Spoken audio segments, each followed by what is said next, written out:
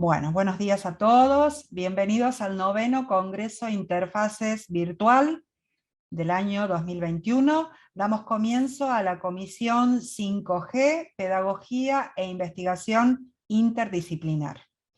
El Congreso Interfaces es un espacio en el que los protagonistas de la comunidad educativa de América Latina y España comparten experiencias pedagógicas significativas, intercambian vivencias, validan proyectos y consolidan estrategias.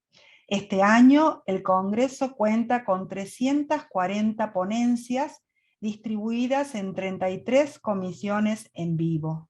Cada ponencia dispone de 5 minutos, más allá de que haya más de un autor, por lo que comenzaremos con las ponencias, una después de la otra, y al final de todas ellas habrá un espacio para las preguntas. La primera ponencia se denomina Aprendizaje por proyectos y desarrollo del liderazgo, autonomía y ciudadanía global, y expone Federico del Carpio, de la Belgrano Day School de Ciudad Autónoma de Buenos Aires. Hola, ¿qué tal? Buenos días. No sé quién está compartiendo, no soy yo. Voy a ver si puedo compartir pantalla. Ahí está.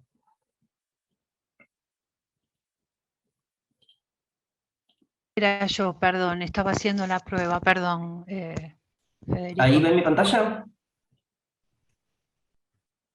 Te está cargando. Ahí se ve. Perfecto, bueno, muchas gracias a todos. Creo que el desafío más grande acá es hacerlo en 5 minutos, pero vamos a intentar hacerlo. Bueno, denominé esta presentación Aprendizaje por proyectos y desarrollo de liderazgo, autonomía y ciudadanía global. Y lo que les quiero contar es un proyecto que hicimos en la escuela con los chicos de cuarto año de secundaria para la asignatura de psicología, que terminó en la realización de un evento que fue global y virtual por las circunstancias, con mis estudiantes, y tuvo la participación de más de 70 alumnos de distintos países, en donde trabajaron sobre la salud mental. Entonces, la idea es contarles un poquito cómo fue el desarrollo de este proyecto.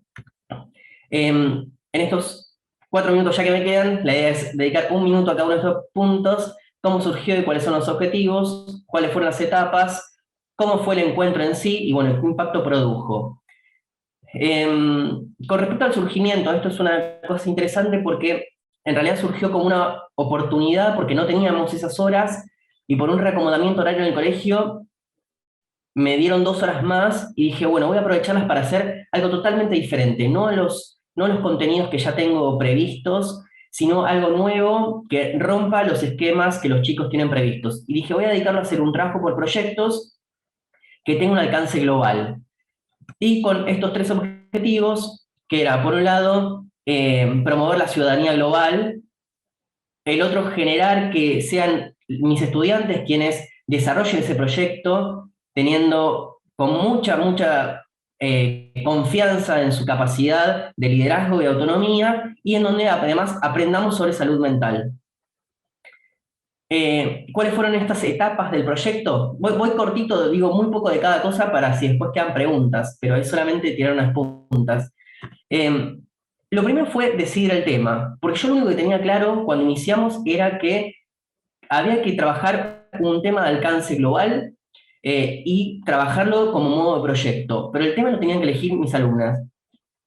Entonces, todo el trabajo de elegir el tema fue realmente intenso, porque, bueno, tenían ellas que decir qué era lo que les interesaba, qué era lo que les preocupaba, y terminó pasando que, debido a lo que veían de sus compañeros, de los efectos de la pandemia en la salud de sus compañeros, decidieron estudiar la salud mental. Una segunda etapa, ya una vez decidido el tema, fue, bueno, había que empezar a investigar qué era la salud mental, de qué se trataba, cómo afectaba, cómo se podía ayudar, todo lo que uno por ahí a veces como docente planifica para otras cuestiones, que ya tiene pensadas de su materia, otros temas, bueno, tenían que hacer un trabajo autónomo de investigación, obviamente que yo iba proponiendo distintas actividades y cosas diferentes para pensar, o materiales que les acercaba, pero eran ellas las que tenían que ir guiando su propio camino para poder estudiar el tema, porque ya empezábamos justamente el trabajo que está en el punto 3, que era contactar otras escuelas del mundo que estuvieran interesadas en este tema y que se quisieran inscribir a un evento global que nosotros íbamos a hostear, o sea, que íbamos a ser los anfitriones y que iban a liderar mis alumnas. Entonces, ellas tenían que prepararse mentalmente, no solamente para aprender el tema, sino porque tenían que estar muy seguras de lo que iban a decir, porque iban a ser las líderes de un evento con otras escuelas. Entonces, el trabajo, que ese no fue de las chicas, sino fue mío y de la coordinadora de educación global de la escuela, fue contactar otras escuelas que pertenecen a la alianza Round Square en la que forman parte del colegio, para ver quiénes eran los interesados. Por suerte hubo muchos interesados, ahora les voy a contar. Y después, otra parte sí de la clase, la cuarta etapa fue, bueno, una vez que las chicas sabían un montón de cosas sobre salud mental y estaban como muy seguras acerca de lo que querían mostrar, bueno, habían que empezar a diseñar ese evento. ¿Cómo es que diseñamos un espacio de 1 hora de duración en donde quiero que la gente no solamente me preste atención, sino que puedan compartir cosas, que puedan sentirse cómodos para hablar? Bueno, así como estamos hoy presentando nosotros, las chicas tuvieron que diseñar cómo iba a ser esto para alumnos de otros países. Ahora sí voy a contarles qué fue exactamente el encuentro. Bueno, fue algo realmente increíble, superó nuestras expectativas completamente. Se unieron, como ven ahí, un montón de chicos y chicas de distintos lados del mundo. El encuentro, como les decía, fue diseñado completamente por mis estudiantes, y lo que tuvo de interesante, bueno, es que hicieron primero una especie de momento en donde pudieron contar qué era la salud mental, después un espacio para compartir, cada uno en breakout rooms los chicos, y después tuvieron como un espacio de intercambio libre. Bueno, hubo más de 80 alumnos, 70 alumnos, en total 80 personas, de 12 colegios de 6 países, ahí están los países, fue completamente en inglés esto, y lo lindo fue que los adultos no intervinimos en ningún momento, fue totalmente armado, pensado y guiado por mis estudiantes y por los chicos que querían participar. Y creo que ya se me fueron los 5 minutos, pero simplemente para contarles el impacto que tuvo en la autoevaluación de las chicas, aparecía que más allá de lo que habían aprendido de los contenidos de salud mental y las habilidades que habíamos intentado promover, que habían aprendido un montón de ellas mismas y de sus compañeros acerca de la importancia de la salud mental, pero se conocieron más ellas mismas. Las familias de mis alumnas que me escribieron a mí diciéndome que no podían creer cómo habían encontrado motivación, veían la motivación en las chicas, que hacía mucho que no se encontraban motivadas por un proyecto escolar. Después, repercusiones porque di a conocer el proyecto y de otros países también empezaron a publicar cosas, y por Twitter tuvo un montón de movida también, y hicimos después clases compartidas con otra escuela de acá Argentina sobre temas de salud mental, y bueno, cuestiones que se están moviendo puertas adentro de la escuela también porque quiere continuarse el proyecto de alguna manera. Así que bueno, esto es algo breve para que conozcan algo, cualquier cosa me pueden contactar y si no estaré disponible para las preguntas más tarde. Gracias. Muchas gracias, Federico. Invitamos entonces a los asistentes a formular preguntas que pueden ser escritas en el chat y luego leeremos. Bien, vamos a continuar con la siguiente ponencia.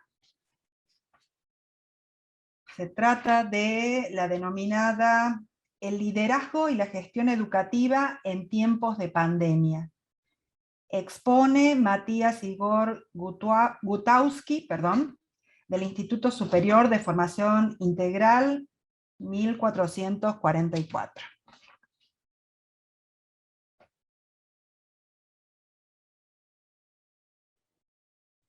Matías, cuando estés listo. Buenos días. Bueno, muchas gracias por este espacio para poder compartir junto a ustedes. Antes que nada les pido disculpas por la voz, ya que no me siento del todo bien hoy, pero la idea era compartir juntos este tiempo que nos han permitido. Bueno, este tema realmente recoge un poco la experiencia de nuestro instituto, que es un instituto de nivel superior en la ciudad de Buenos Aires, que trabaja hace más de 15 años con carreras a distancia, algo que se volvió muy común, si se quiere, o del lenguaje común en tiempos de pandemia, pero que sin embargo, dentro del paradigma educativo, de acuerdo a las leyes en nuestro país, tiene un alcance con otros precedentes. Y la misma resolución del Consejo Federal de Educación número 346 del 2018 menciona que el modelo de gestión institucional es diferente en instituciones de carácter presencial a aquellas donde se implementan carreras a distancia. Así que en estos breves minutos queríamos compartir algunas experiencias que nos sirvieron para el trabajo con el equipo institucional.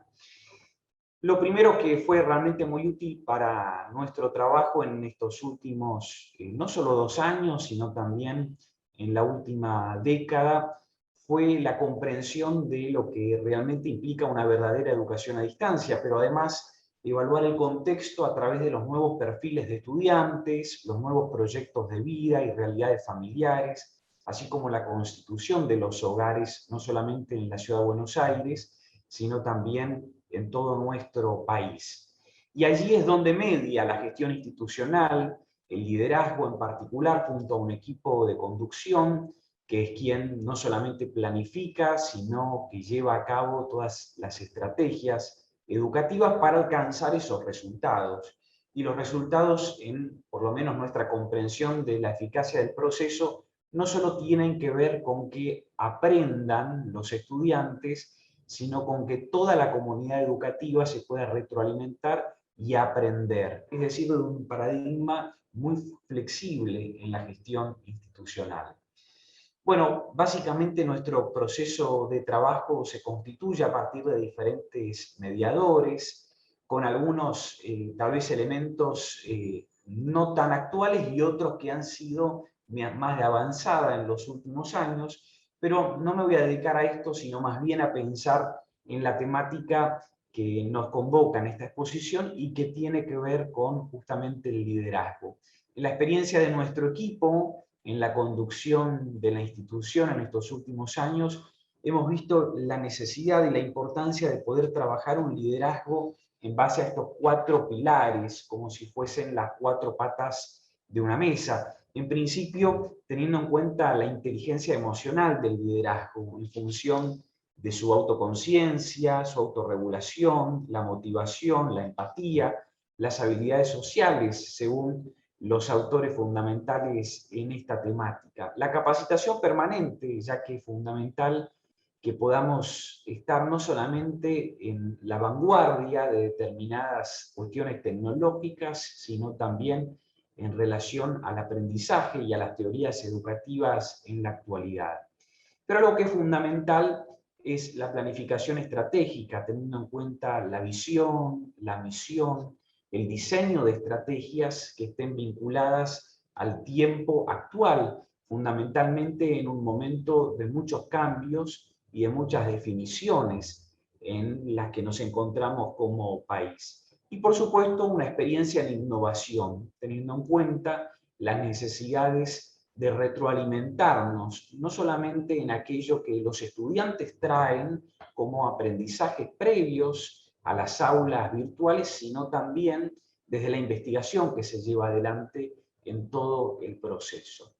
Bueno, claramente este tiempo ha sido un tiempo de muchos desafíos, de muchas dificultades, pero también un tiempo donde el trabajo en equipo ha significado realmente un aporte muy importante para el liderazgo de toda la institución, y esto nos ha hecho pensar mucho en esta frase que aparece ahí en la pantalla y que se ha mencionado en varias ocasiones, ¿no? Y es que ningún mar en calma hizo experto a un marinero. Por eso, para nosotros, el liderazgo y la gestión educativa en tiempos de pandemia es un espacio que se construye de manera compartida. Muchas gracias. Muchas gracias, Matías. Vamos a proseguir entonces con la siguiente ponencia, que se denomina Estrategias y experiencias pedagógicas en la práctica profesional 4 de los profesorados de educación inicial y primaria de la Universidad Nacional BIME, en contextos de pandemia. Universidad Nacional de Villa Mercedes. Exponen María Cristina Nieto, Claudia Marisa Bojino y Cristina Pérez. Bueno, buenos días a todos y todas. Buenos días. un placer reencontrarnos, porque ya estuvimos también en la virtualidad el año pasado, poder reencontrarnos en estos espacios de ejercicio de pensamiento compartido, en escenarios alterados, como muy bien dijo el compañero que recién expresó. Presento brevemente la experiencia. En la Universidad Nacional de Villa Mercedes, hace 4 años, comenzó en la subsede Justo Daract, que es una ciudad que está cerquita a la ciudad de Villa Mercedes, con el dictado de carreras de formación docente, entre ellas el profesorado de educación inicial y el profesorado de educación primaria. Por lo tanto, este año, el 4.º año, implicaba el desarrollo de los campos de la práctica 4 y de la residencia pedagógica. ¿Qué nos pasó como institución y que los ha atravesado a toda la Argentina? Este aislamiento hizo que el año pasado las escuelas de la provincia de San Luis estuviesen cerradas. Y este año la práctica 4 era el campo de la práctica en las prácticas de enseñanza. Entonces teníamos una imperiosa necesidad de acceder a las instituciones educativas que, al ser de educación obligatoria, volvieron lentamente a la presencialidad. Por lo tanto, con el equipo de prácticas, cuyas 2 referentes son Cristina Pérez y Cristina Nieto, estuvimos pensando la manera de poder acceder a las aulas en estos escenarios y en esos acuerdos interinstitucionales que nos permitieron, a través de la plataforma Classroom, que es la metodología de trabajo virtual que tenemos en la provincia, permitir acceder a nuestras alumnas a esas clases que se estaban dando de manera simultánea en la presencialidad en el aula y que nuestras alumnas estaban pudiendo observar a través de Meet y desde la virtualidad. Ese fue el desafío. Creo que era una necesidad, las alumnas están en 4.º año, quieren recibirse, era el último año de la carrera y nos encontraba en este escenario. ¿Qué hubo que hacer? Y es lo que ahora van a desarrollar las compañeras que estaban al frente de estos procesos. Articular, negociar, consensuar con las instituciones, tejer redes de articulación, convocar a directivos, a docentes, tanto de la universidad como de las escuelas que nos recibían, para poder llevar adelante este proceso. Las dejo con las chicas que siguen con el comentario de cómo fue esta experiencia, que nos transformó. Sí, en medio de esta situación angustiante, que estábamos en plena pandemia, surgió un interrogante que nos atravesó durante todo el cuatrimestre, que era cómo proveerles a los y las practicantes la posibilidad de observar una clase en tiempo real cuando las normativas de la universidad, en consonancia con los decretos del Ejecutivo Nacional, sostenían que la presencialidad estaba solo habilitada para los niveles de educación obligatoria, lo cual implicaba que mientras nosotros en la universidad estábamos observando las prácticas, dictando las clases de manera virtual, en las escuelas de nivel inicial y de educación primaria se llevaban a cabo con total presencialidad. Sobre todo considerando este punto que nos atraviesa las prácticas, que es el carácter formativo que tiene el aprendizaje situado, que le permite al practicante recuperar y todo lo que vive y transita en ese estar en el aula, que bien define Achilli como el centro donde el docente, el conocimiento y el alumno se ponen en contacto, y como bien define Ernest Stein, ¿no? El aula como el microcosmo del hacer. Entonces necesitábamos que precisamente surgieran estrategias y posibilidades para que las alumnas del profesorado de nivel alumnas y alumnos del profesorado de nivel inicial y de educación primaria pudieran vivenciar de algún modo esta práctica in situ. Así es que bueno, va a continuar Cristina entonces con la siguiente explicación. Bueno, nos queda muy poquito y el esfuerzo que tuvimos que hacer fue gigantesco. Nosotros quisimos recuperar la observación de los espacios reales de aula, tal como nos plantea Rebeca Nijovic, recuperando ese espacio de observación como una actividad que tiene lugar central para la formación docente. El único espacio que posible era el virtual. Entonces, ¿por qué nosotros estamos en este grupo? Porque la interdisciplinariedad y el trabajo articulado con las distintas instituciones fue fundamental para que la tarea realmente fuera posible. Llegamos a fin de año muy contentos y satisfechos con la tarea porque era la práctica real que podíamos hacer. Era la escuela que teníamos en ese momento. Y fueron las posibilidades que tuvimos con nuestros estudiantes. Las burbujas, la bimodalidad, la plataforma digital, los tutores, los chicos que entraban y salían de la virtualidad, lo que se podía. La cantidad de aplicaciones que tuvieron que aprender los docentes y que nosotros y nuestros estudiantes, y nos llevó también a reflexionar que la situación educativa y las prácticas educativas son móviles, no sabemos cómo van a ser. Nosotros estamos formando docentes para el futuro. Bueno, nos están despidiendo. Muchas gracias. Gracias. Gracias. Gracias. Muchas gracias. Si quedamos con tiempo al final, seguramente van a poder explayarse en algunos de estos detalles muy interesantes. Bien, gracias. Continuamos entonces, muchas gracias, con la ponencia número 6, Estudiantes de Turismo, opiniones sobre las asignaturas portugués e inglés. Exponen María Cristina González, Adrián Atingir y Tamara Zupac, de la Facultad de Turismo y Urbanismo de la Universidad Nacional de San Luis.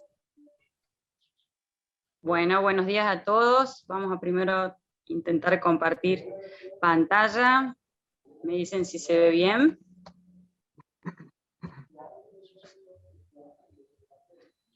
A ver. Que yo no la estoy viendo, así que no sé si pueden verla. Se ve negro. Cristina, sí, vemos Sí. fin de la presentación. Fíjate si lo podés volver al principio. A ver. Vamos al 1. Si no, de última lo dejo en modo editar.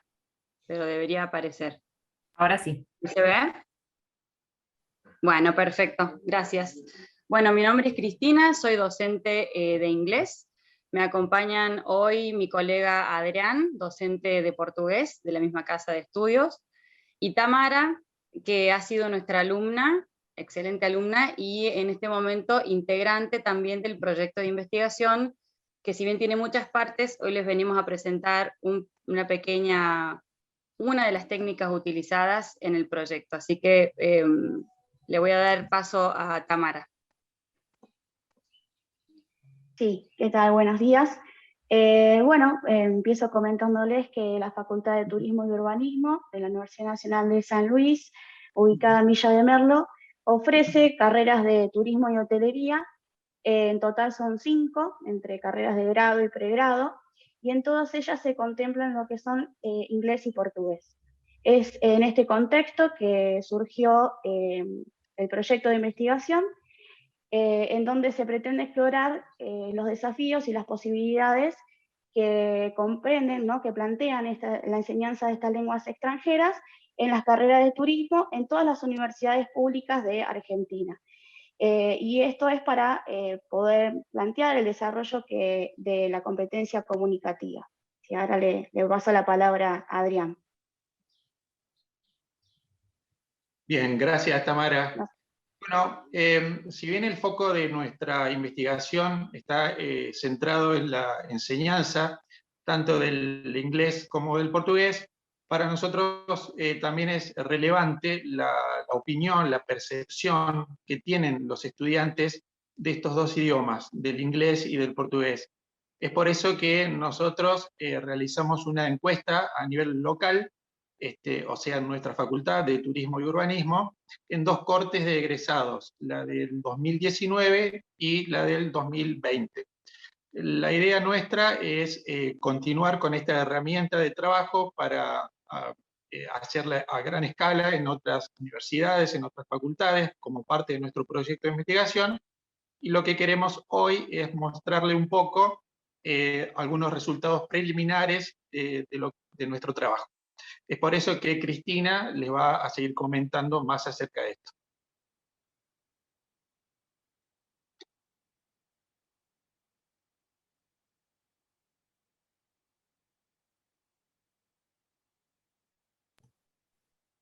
Cristina, ¿será que estás con el micrófono en mudo? Perdón, se me cortó internet a mí me parece. Ahí estamos. ¿Pudieron continuar? Sí, te daba el pase, Cristina. Espera, voy a volver a compartir. Está tormentoso por acá, así que puede ser eso. Bien. ¿Llegamos hasta ahí, Adrián? Sí, sí, te estaba dando el pase para que comentes un poco acerca de las encuestas. Perfecto. Mil disculpas por el tema de internet inestable.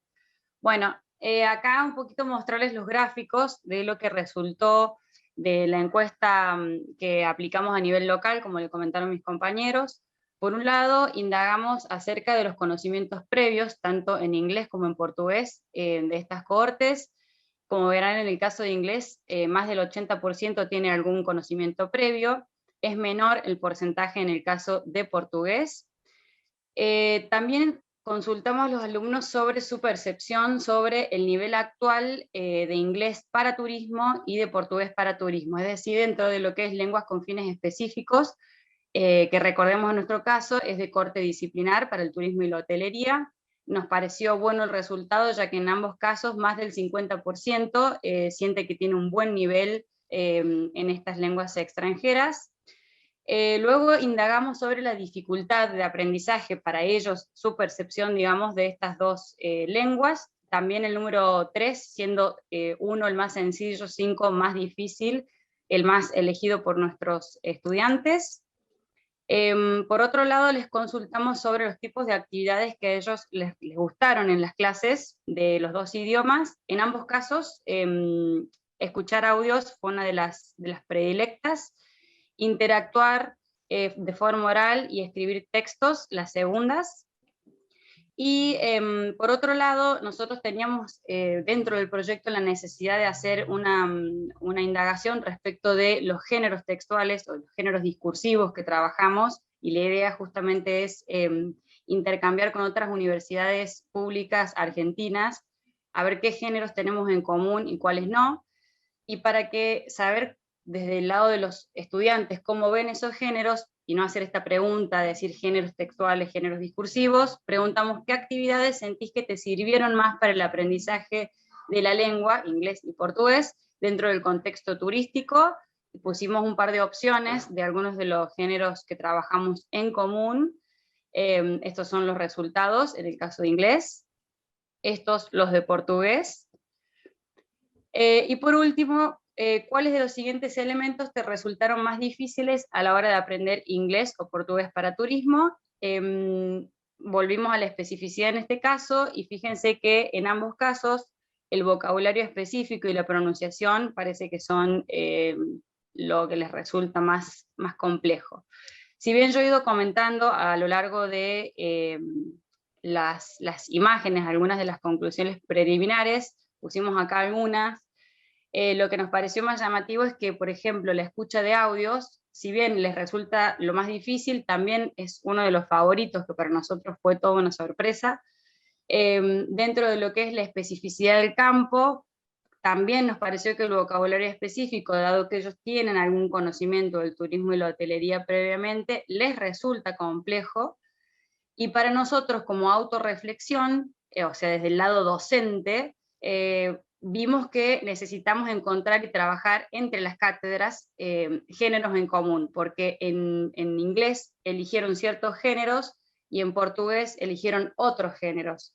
O sea que ahí hay un trabajo desde la docencia para hacer y revisar un poco los programas. Si bien lo venimos haciendo, parece ser que tenemos que trabajarlo un poquito más.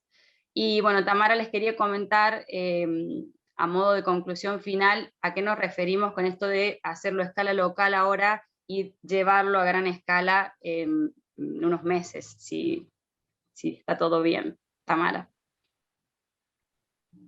Sí, para terminar la charla, digamos, la idea es poder seguir trabajando en el resto de las universidades públicas de Argentina. Hasta el momento de las 14, digamos que necesitábamos respuesta, 12 nos han contestado, y estamos en la instancia de la comunicación con los docentes. Posterior a esto, se va a continuar con los estudiantes para poder llegar a las mismas conclusiones. Así que, bueno, les agradecemos por la atención. Muchas gracias. Muchas gracias a ustedes. Vamos a continuar entonces con la exposición número 7, Herramientas para la innovación educativa y la ludificación de la enseñanza. Expone Luciana Rojas del Instituto Superior de Formación Docente número 19.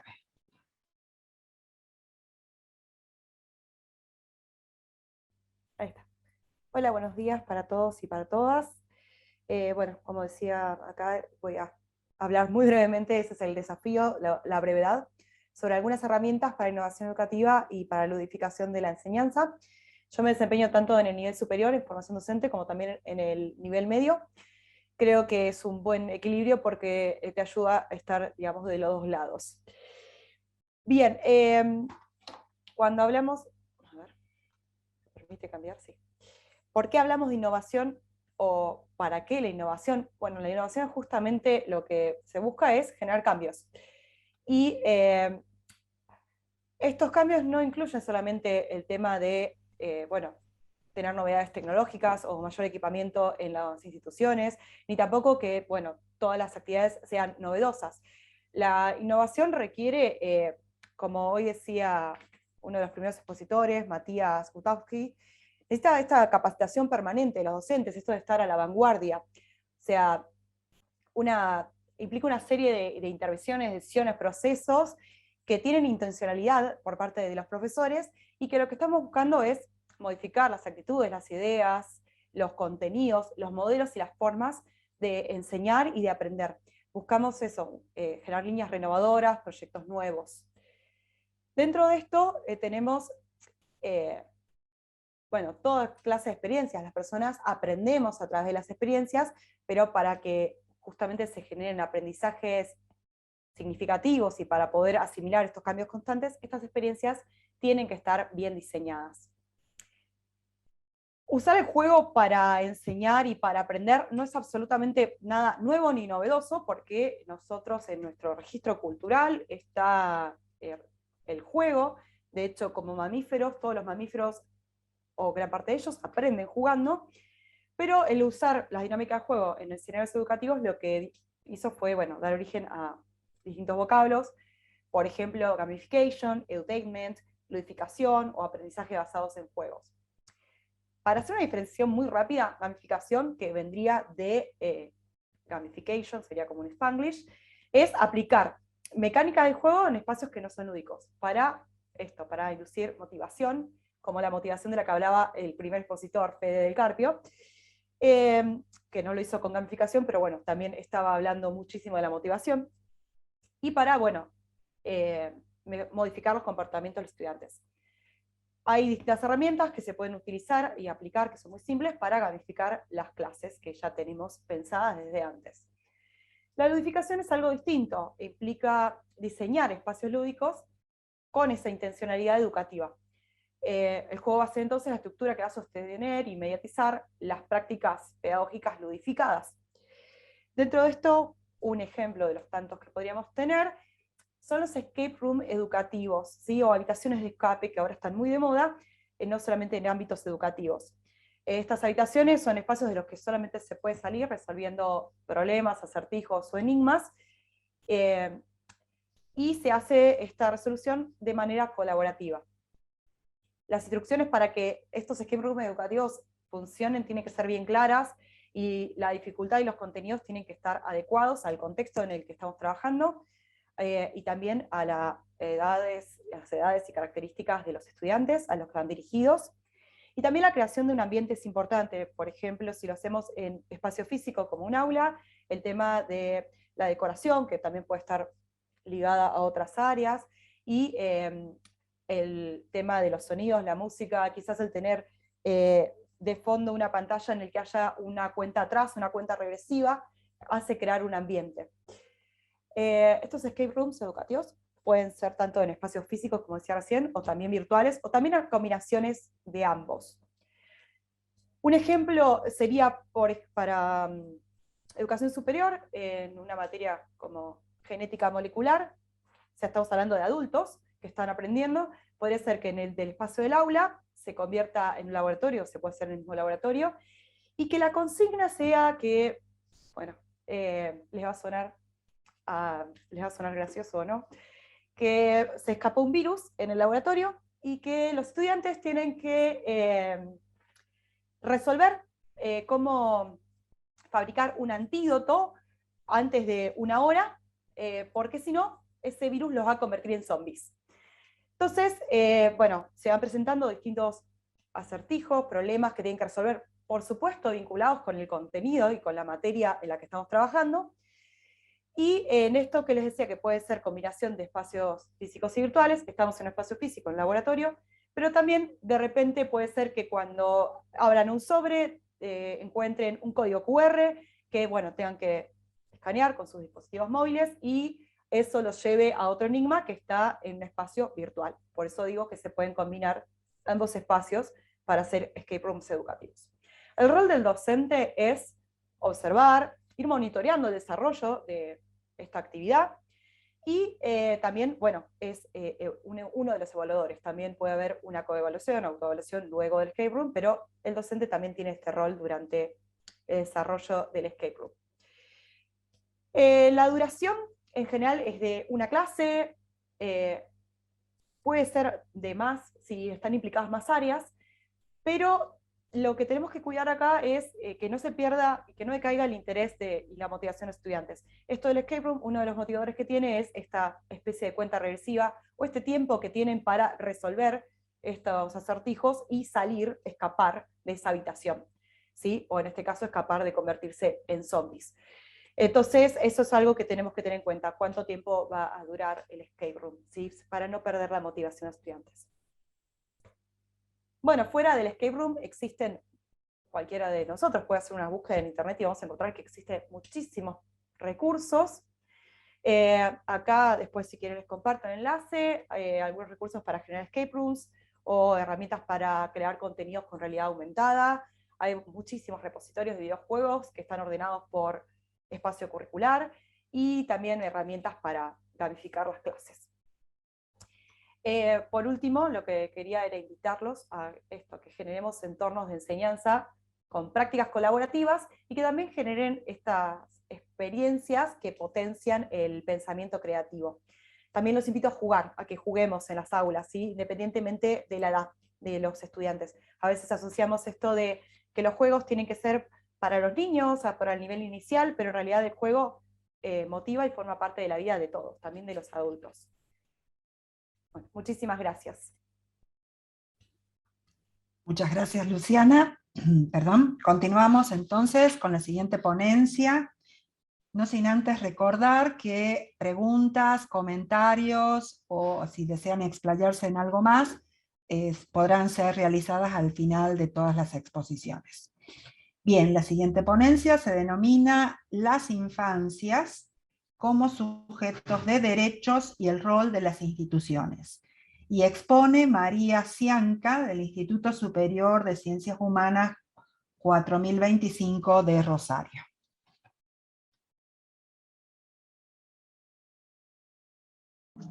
Estaba silenciada. Bueno, buenos días a todos. La verdad, un placer participar de esto. ¿Se escucha bien? Sí, se escucha bien. ¿Se escucha? Perfecto. Participar de este congreso, la verdad, un honor. Y bueno, yo soy directora del Instituto 4025 de la ciudad de Rosario, donde tenemos la tecnicatura en familia y niñez. Para nosotros es un tema nodal que nos interpela y nos hace repensarnos como agentes de formación y como parte de un tejido social que pone en lo que es la práctica diaria, profesionales que atienden y defienden los derechos de las infancias y el rol de las instituciones. Y esta temática de infancias como sujeto de derechos y el rol de instituciones verdaderamente nos interpela, y nos interpela notoriamente, más en el momento crítico y ambivalente que hoy vive nuestro país, y no solo nuestro país, sino todo Latinoamérica y el mundo. Pensar las infancias es pensar en un sentido amplio todo lo que ocurre con el niño, este niño en la primera institución que los acoge, que es la familia. Yo cuando hablo de instituciones hablo en el sentido amplio, todas las instituciones, desde la familia al club, la escuela, los centros de alojamiento donde a lo mejor hay niños con alguna medida excepcional donde están alojados porque no están garantizados sus derechos dentro del marco de las familias, y cómo funcionan también estas instituciones al momento de la protección de los derechos. Muchas veces estas situaciones que las denominamos como que no se garantizan los derechos de los infantes, incluidos los adolescentes, ¿no? Tiende a poner en tensión ciertas situaciones que no dan claridad a la hora de ver el modo de actuar en forma genuina en la defensa de estos derechos. Entonces, hay una contradicción muchas veces a lo que es escribir sobre derechos de infancia y la definición que se ha dado de los niños como sujeto de derechos en la historia. Nosotros tenemos una historia dentro de distintas legislaciones donde el niño ha pasado desde distintos paradigmas a ser atendido, contenido y protegido de distintas maneras. Desde la ley de Agote, allá muy atrás en la historia, hasta la nueva ley de niños, niñas, adolescentes, que es la de protección integral, ¿no? Y la situación es crítica actualmente, y también nos agobia de alguna manera, y deja una sensación de impotencia ante el infanticidio, el abandono, las múltiples formas de asesinato simbólico que las infancias a nivel global están padeciendo, están sufriendo. Hay lugares en Latinoamérica donde el niño realmente no tiene una protección de derechos, donde las instituciones están totalmente debilitadas, donde el Estado no tiene una fuerza como tampoco está para la defensa de la mujer, ¿no? Y esta visión holística que yo traigo a la reflexión y al análisis, los pone sobre la mesa un modo de pensar y de repensar esta garantía de derechos de infancias en el mundo como un problema que no es nuevo, pero que se va agudizando con las políticas públicas que se van poniendo en práctica. En nuestro país específicamente tenemos ciertas legislaciones que ponen en salvaguardo los derechos de los infantes y el rol de las instituciones como garantía de que estos derechos se cumplan, y modos de intervenir al momento de que no hay una garantía de derechos, y que esto garantiza políticamente que la situación se vaya, diríamos, encaminando. Voy a ir cerrando porque el tema es muy largo. Entonces, entender que lo que es las infancias sean sujeto de derecho implica una conciencia social que cuenta con la autonomía progresiva y que debe ser oído el niño, la niña, el adolescente, y considerar sus opiniones cuando se tome una decisión que los afecte, de acuerdo a su edad, de acuerdo al grado de madurez. Hoy el niño tiene que ser escuchado, las instituciones en todos los estamentos deben garantizar que el niño tenga un rol una escucha realmente significativa y atendible para poder salvaguardar sus derechos en todo lo amplio que esto implica de la palabra. No sé si ya creo que estoy en tiempo.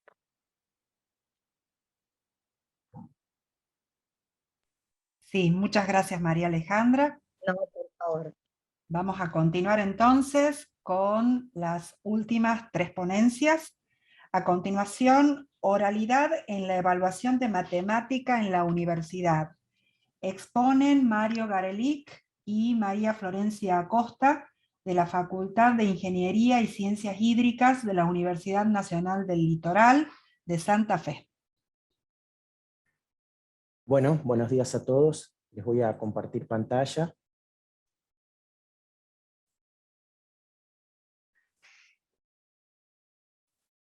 Somos Mario Garelic y Florencia Acosta, que les vamos a hablar sobre esta experiencia, que empezamos para contarles los aspectos de contexto. Nos desarrollamos en la Facultad de Ingeniería y Ciencias Hídricas de la Universidad Nacional del Litoral en la ciudad de Santa Fe, capital. Bueno, todos asistimos a lo que fue marzo del 2020, el advenimiento de la pandemia, y eso conllevó a ponernos urgentemente a trabajar en el diseño de estrategias para poder llevar adelante el dictado y la evaluación de asignaturas de matemática en carreras de ingeniería. Tratamos con alumnos de entre 18 y 19 años como franja etaria, y trabajamos con las materias de Cálculo 1 y Cálculo 2 en distintas ingenierías que se cursan en la misma facultad: Ingeniería Ambiental, Ingeniería en Informática e Ingeniería en Recursos Hídricos. Estas 2 asignaturas tienen una posición primaria en los distintos currículos de las ingenierías. Entonces, esto es un detalle no menor si se tiene en cuenta que un cursado no satisfactorio produce rezago en la carrera, repitencias de cursados, y cuando no, abandono mismo de la carrera, incrementando los índices de deserción que están en la mira en todos los debates educativos. Eso nos llevó a hacer foco en el diseño de la estrategia. Mal que mal, para el cursado fue llevable adelante de manera clara, pero el foco se puso en la evaluación, cómo íbamos a evaluar asignaturas de matemática a distancia en carreras de ingeniería. Precisamente sobre eso, el diseño y ejecución, toda la cuestión metodológica de la evaluación, les va a comentar ahora Florencia. Bueno, buenos días a todos.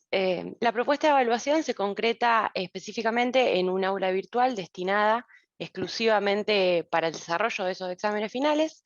Cada examen está dividido en 2 etapas, una primera instancia asincrónica, y en caso de aprobar dicha instancia, los alumnos pasan a una segunda instancia sincrónica. La primera instancia consiste en un cuestionario online con en general 4 o 5 preguntas múltiple opción, y los alumnos cuentan con alrededor de 3 horas para realizarlo. Una vez finalizado este cuestionario, los estudiantes que superan el umbral de 60% o 60 puntos de 100 se encuentran en condiciones de pasar a la segunda instancia. La segunda instancia es un coloquio oral sincrónico individual que se realiza por Zoom, ¿sí? En el que en un primer momento se interroga al estudiante sobre le preguntamos para que justifique sus preguntas en el cuestionario, ¿no? Que nos cuente cómo resolvió cada uno de sus ejercicios, ¿sí? Y de esta forma, en algún sentido, podemos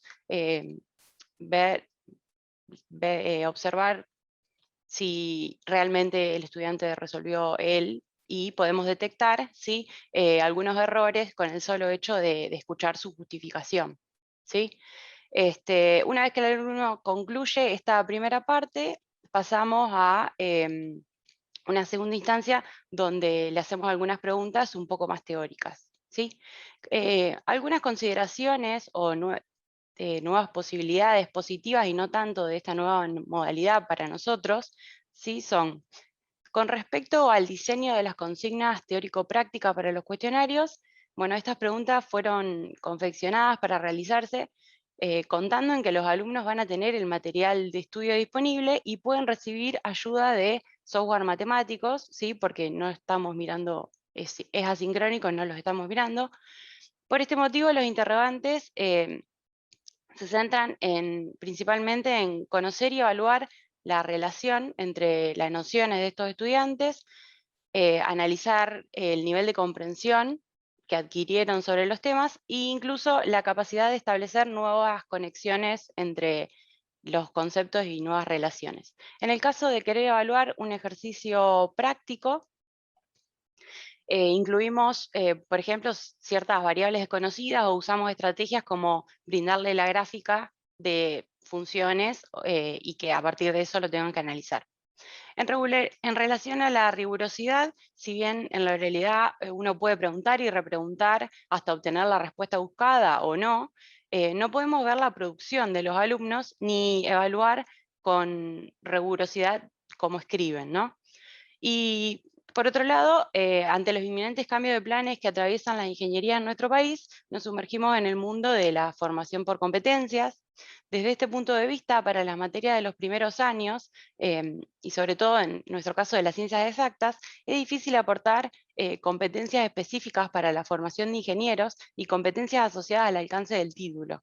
Al utilizar exámenes orales en las materias de matemática, aportamos a las competencias genéricas, en particular a las sociales, políticas y actitudinales, a partir de la oralidad, que era algo que no estábamos haciendo. Y para finalizar, algo no menor para nosotros, ¿sí? Fue el tema de evaluar oralmente por primera vez y de forma virtual. Entonces tuvimos que estar atentos a muchas cuestiones de la gestualidad, por ejemplo, para tratar de, no sé, ver de alguna forma que no haya trampas, y sobre todo en la parte emocional, cuando, bueno, nunca nos había pasado que los alumnos desaprueban y se enteran en ese momento en vivo con nosotros que no aprobaron, ¿no? Bueno, con eso cierro.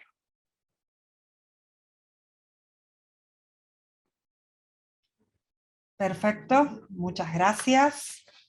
Continuamos con la siguiente ponencia, potenciando la transferencia y la evocación al aprender gramática inglesa. Exponemos María Celeste Arias, Walter Palavecino y yo.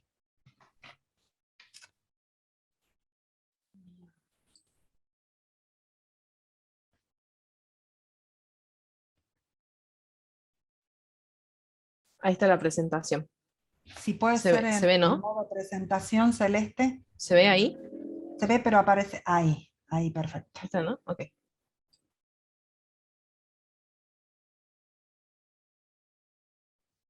¿Empezás vos, Edith? Sí, por favor. Okay. Bueno, como les decíamos, vamos a trabajar lo que significa la transferencia en general y vamos a prestar atención a dos rasgos particulares. Si pasamos a la siguiente, que tiene que ver con la asociación continua entre el español y el inglés y a la evocación de recuerdos en torno a contenidos significativos, modos de enseñar y aprender. Pero para eso queremos contextualizar este trabajo que hemos realizado, dado que, por una parte, bueno, yo tengo experiencia en lo que es enseñanza, de lenguas extranjeras hace tiempo, pero en el caso de Walter Palavecino y Celeste Arias, en lo que tiene que ver con el trabajo en el nivel superior y en la enseñanza de adultos, ha sido en la situación de pandemia el inicio de su experiencia docente. Celeste. Bueno, hola, buen día. Mi nombre es Celeste Arias, soy docente en inglés, y así como dijo Edith, que fue mi profesora en la universidad, somos novatos con Walter en cuestión de enseñanza de adultos, y particularmente yo este año empecé con el nivel superior, así que justo coincidimos de dar gramática inglesa en diferentes instituciones, por lo cual, bueno, tratamos este tema de la transferencia, ya que somos profesores de inglés, enseñando inglés también a futuros profesionales, a futuros docentes. Entonces queríamos contar y un poco relatar lo que era nuestra experiencia con respecto a las transferencias que suelen ocurrir cuando uno está aprendiendo un segundo idioma. Estoy teniendo problemas con la presentación. Ahí está, bien. Bueno, en la siguiente presentación nosotros tuvimos en cuenta lo que es el aprendizaje previo y el subsiguiente. Todos tenemos una base y cuando estamos aprendiendo un segundo idioma tendemos a tomar nuestro primer idioma, nuestra lengua materna, y suelen ocurrir un par de errores o transferencias que la tomamos literal a veces y lo pasamos al siguiente idioma, a nuestra lengua extranjera, y sucede mucho con los alumnos que muchas veces no saben por qué les pasa esto de hacer transferencias. Entonces, bueno, eso es lo que analizamos en esta presentación. La importancia de la transferencia en el aprendizaje de otro idioma, según Ellis, que consideramos este autor, el aprendizaje del primer idioma afectará el aprendizaje del segundo idioma o lengua extranjera. Eso nos pasó, y bueno, vamos a mostrar un poco también qué es lo que se transfiere.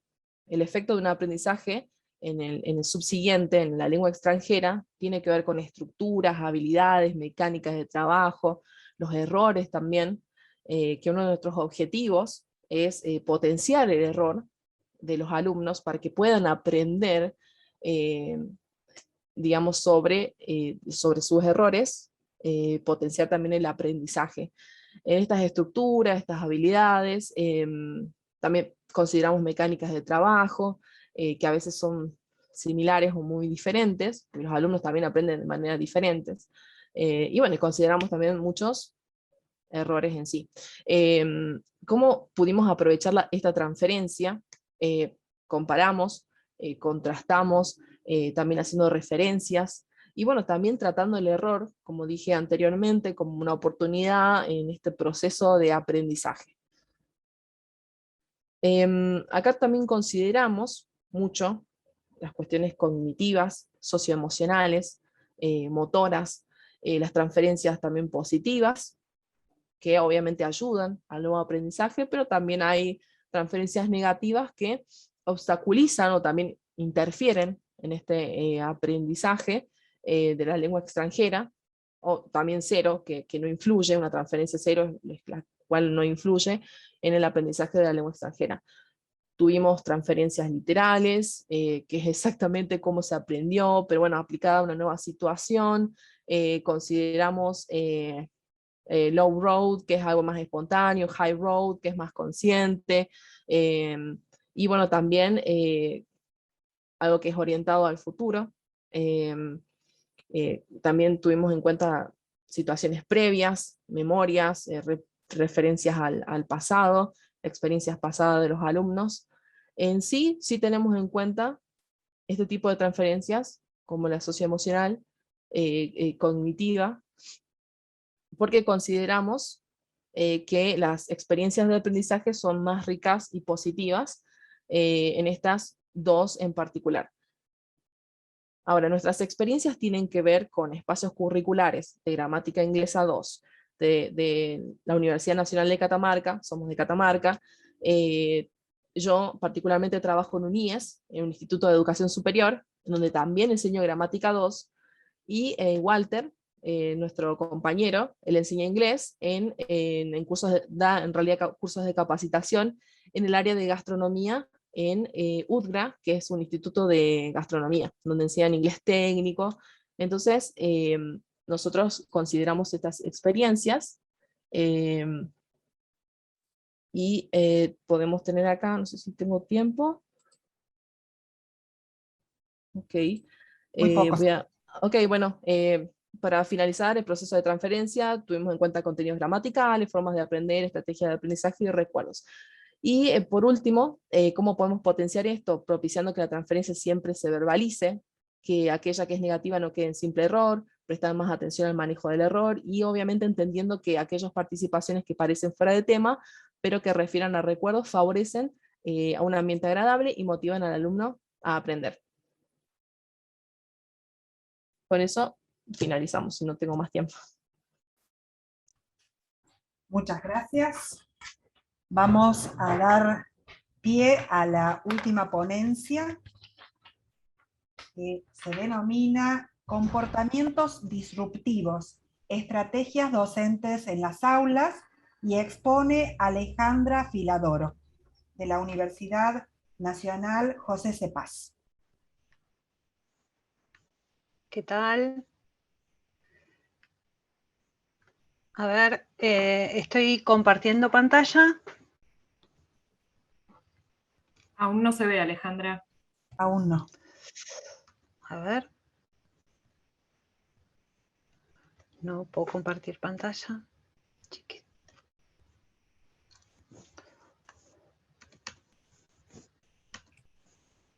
Ay, Dios. Debes confirmar, no sé si ingresaste en el botón compartir pantalla, tenés que seleccionar alguna de las pantallas y luego darle al botón de compartir abajo a la derecha. A ver. Pantalla completa. ¿Y ahí? No, no lo vemos. ¿Ahí? No. ¿Tampoco? No.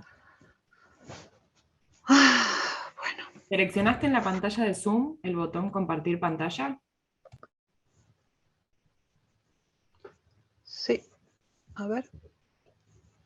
Sí. Lamentablemente acá tengo... A ver, vamos. Perdón, disculpen, pero... Bueno.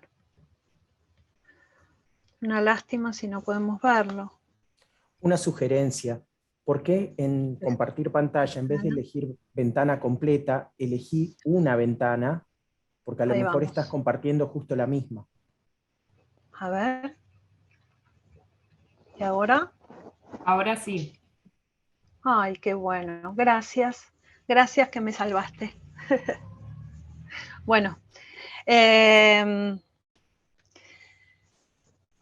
Voy a poner, así ven más o menos. Bueno, si se ve bien, sigo para no... Sí, se ve bien.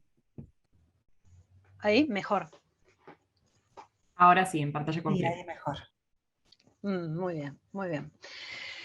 La temática que abordaríamos hoy sería el comportamiento disruptivo, que muchos los docentes tenemos presente en nuestras clases y muchas preguntas tenemos al respecto, ¿no? ¿Qué es el comportamiento disruptivo? ¿Cuáles son las variables que intervienen? ¿Cómo podríamos detectar estos conflictos y cuáles serían las estrategias que podría llevar a cabo en mi clase para poder manejar estos conflictos? La disrupción es inherente a la naturaleza del hombre, al ser vivo irrumpe en la naturaleza, pero en este caso hablamos de personas con sus particularidades. Estas irrupciones pueden ser genéticas, congénitas o propias del individuo. También están atravesadas por problemáticas intrafamiliares, socioculturales, históricas e inclusive hasta políticas.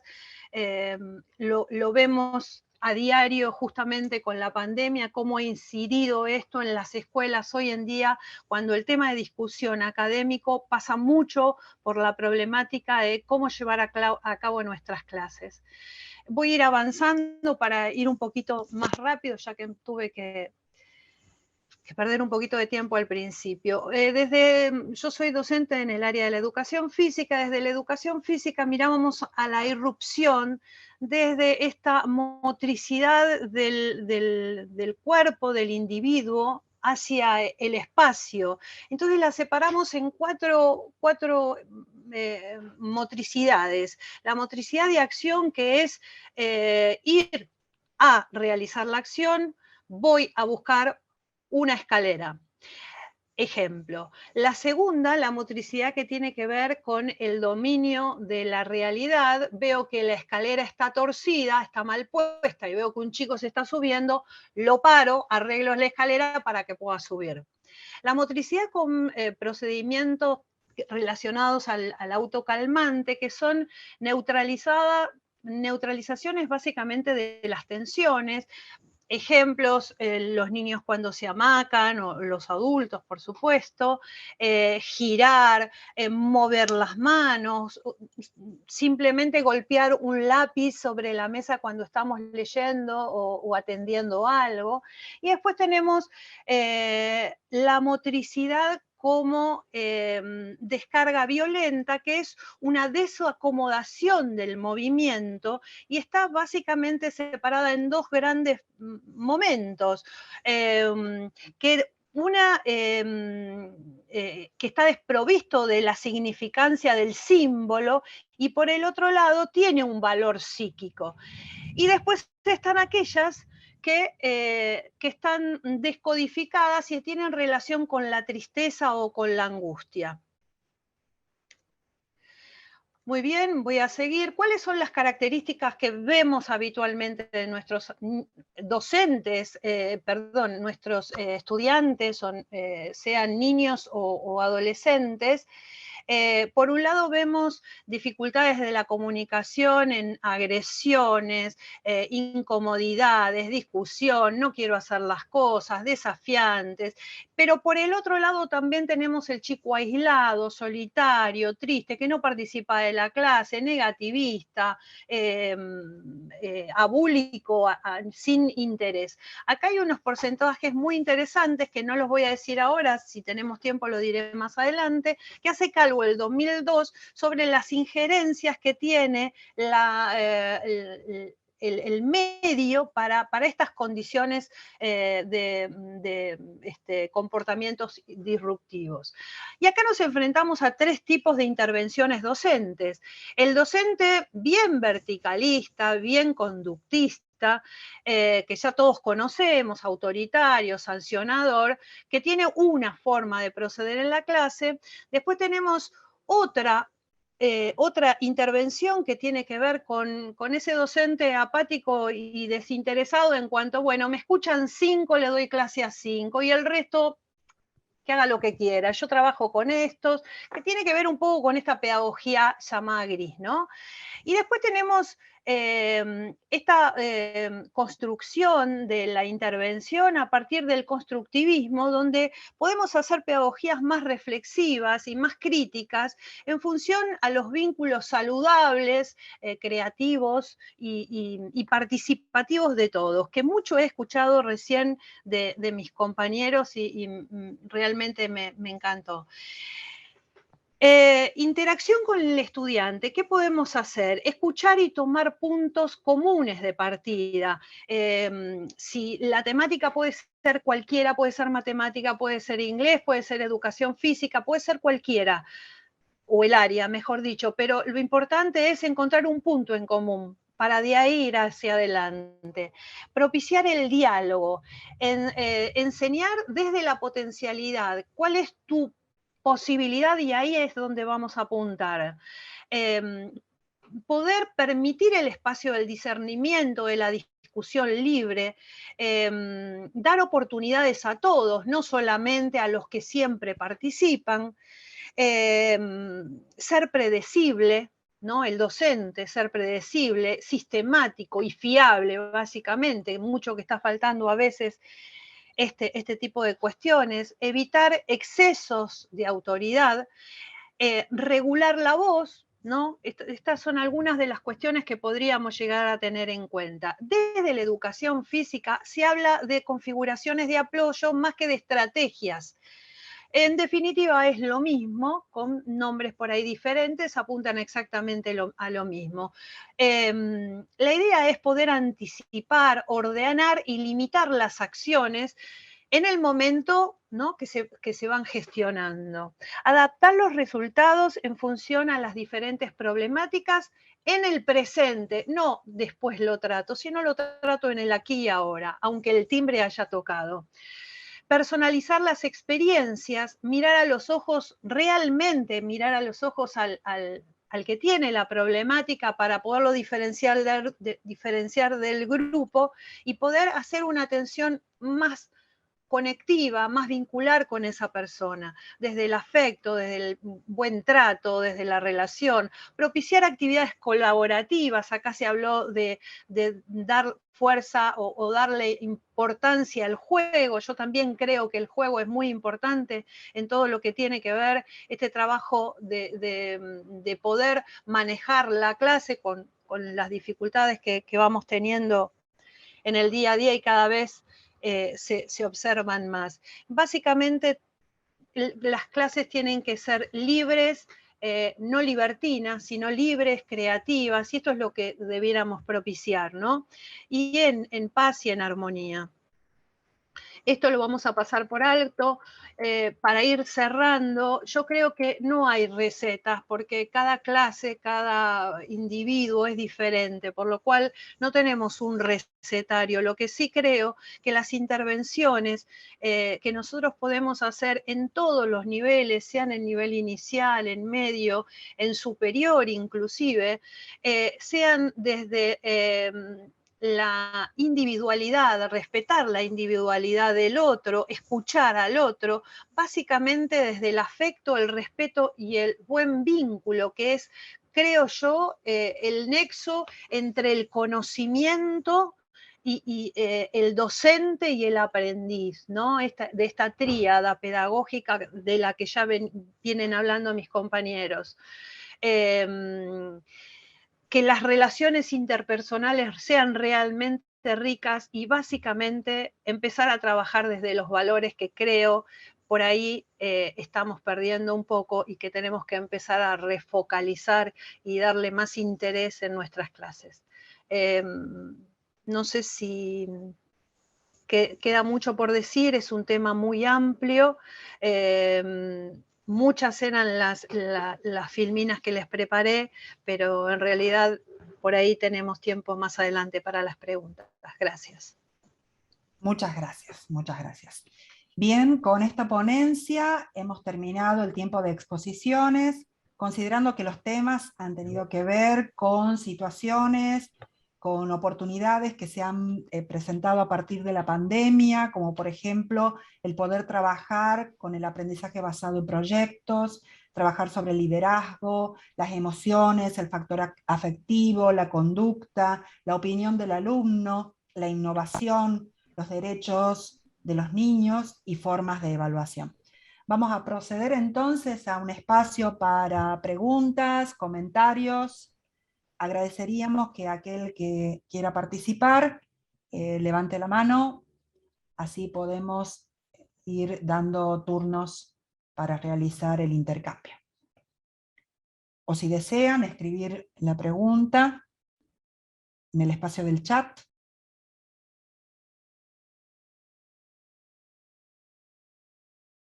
Bien, veo a Claudia levantando la mano. Claudia Bojino. Sí, por favor. Sí, yo levanto la mano así, acá hay una manita electrónica abajo, pero prefiero esta mano, que es un poco más humana.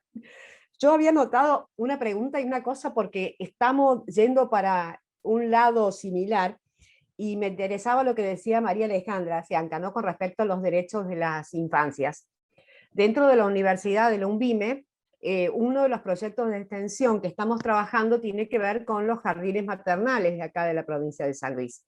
Los jardines maternales aquí en la provincia no están en el ámbito del Ministerio de Educación, sino que dependen de la Secretaría de la Mujer, ¿sí? Entonces tienen una concepción más de tipo asistencialista, orientada hacia los sectores vulnerables, que lo que nosotros entendemos que los procesos educativos que se desarrollan ahí adentro. Entonces me interesa mucho esto de que me cuentes cómo es, ¿sí?, en tu lugar en el mundo y de qué manera lo trabajan allí a toda la cuestión de la protección de los derechos de las infancias cuando se refiere a los jardines maternales. Mira, acá por ejemplo en Rosario, ¿se escucha? Sí, perfecto. Acá por ejemplo en Rosario tampoco los jardines maternales están nucleados por el Ministerio de Educación de Santa Fe. Sí, a partir de lo que es la obligatoriedad de sala de 4 o 5, pero que eso es digamos, el segundo ciclo del nivel inicial. El primer ciclo del nivel inicial es la parte 0, 1, 2 y 3. Esos pertenecen, nosotros acá en Rosario, a todo lo que es la parte municipal. Funcionan sin una regulación ministerial, por tanto no hay una supervisora que regule ni asista el cuidado de los jardines maternales. Hubo toda una situación en pandemia que puso, diríamos, como en jaque esta cuestión de los jardines maternales porque estuvieron cerrados, y son, o sea, básicamente son entidades,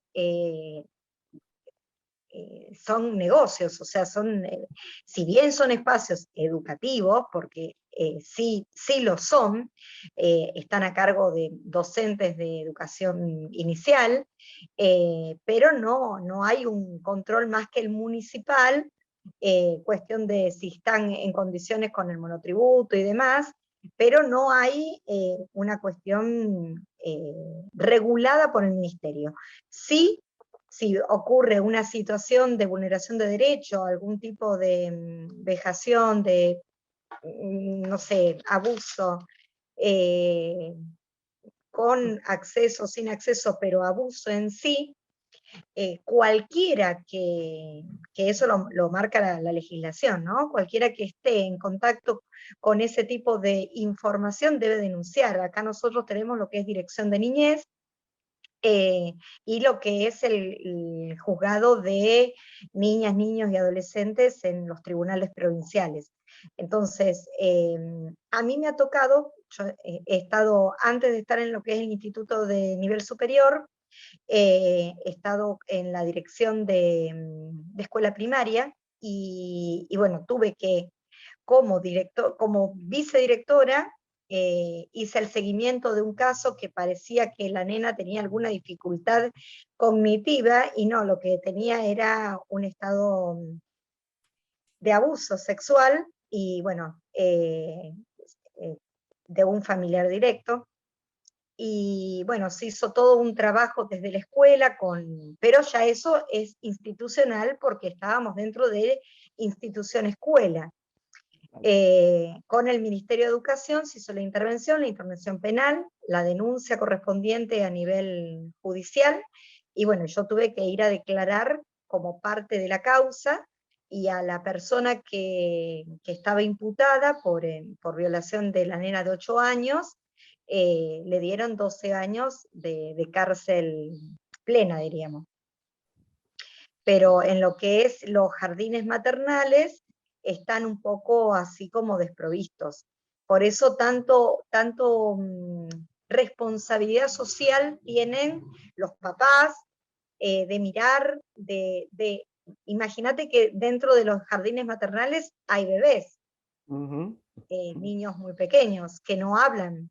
Entonces, el lenguaje corporal tiene que ser advertido por el núcleo primario, el núcleo de vida primario, que es la familia. Hoy no quisiéramos estar frente a gente que no tiene principios morales, pero vivimos en una sociedad compleja donde estamos todos, y en todos están estas personas que tienen estos bajos, como quien diría, bajos instintos, y los niños son vulnerables. Sí, No sé por eso la preocupación, o sea que compartimos una realidad similar. Aquí tampoco en San Luis dependemos del Ministerio de Educación. Es como para que empecemos a pensar y empecemos a una movida, digo yo, para reconocerlos como parte del sistema educativo, ¿no? Sí, totalmente. Pero vos sabés que en Latinoamérica, yo estoy en 2 organizaciones internacionales en México, y hablando de esta cuestión también de los niños, las niñas, qué pasa con esta, cuando son muy pequeños, es una cuestión que no es solo y solo sí de la Argentina, ¿eh? Bien. Hay lugares donde está peor la cosa que en la Argentina. porque sucede en los marcos institucionales regidos por entes gubernamentales, tanto sean municipal, provincial o estatales, como le dicen ellos, o distritales, pero realmente no todo, en toda Latinoamérica no tienen las garantías de derechos y legislaciones que tenemos nosotros. Nosotros estamos más protegidos a nivel legal que en otros estados de América Latina. Y eso es un punto, si bien la Argentina está mal en muchos aspectos, en algunos aspectos es de vanguardia. Bien, bien por eso. Bien. Bueno, vamos a seguir en contacto, Alejandra, ya que me vas a tener que compartir tu mail. Así seguimos trabajando. Ahora lo pongo en el chat. Dale, muchísimas gracias. Muy interesante.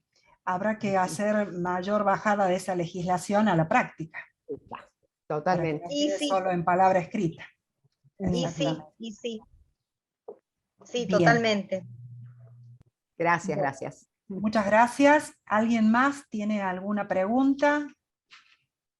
O si quiere explayarse sobre algún tema. Yo tenía una pregunta en particular para, ya digo bien, Matías Gutowski, porque, si mal no entendí, la institución en la que estás está acostumbrada a la educación a distancia.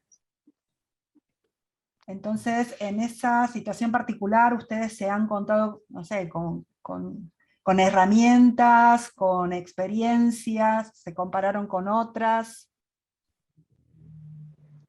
Sí, nosotros estamos hace más o menos 15 años trabajando con planes de educación a distancia, que es algo diferenciado a lo que se conoce hoy como educación online, ¿no? Según la normativa vigente en nuestro país, y que requiere de muchos otros dispositivos de implementación, además de un Zoom o un Meet, ¿no?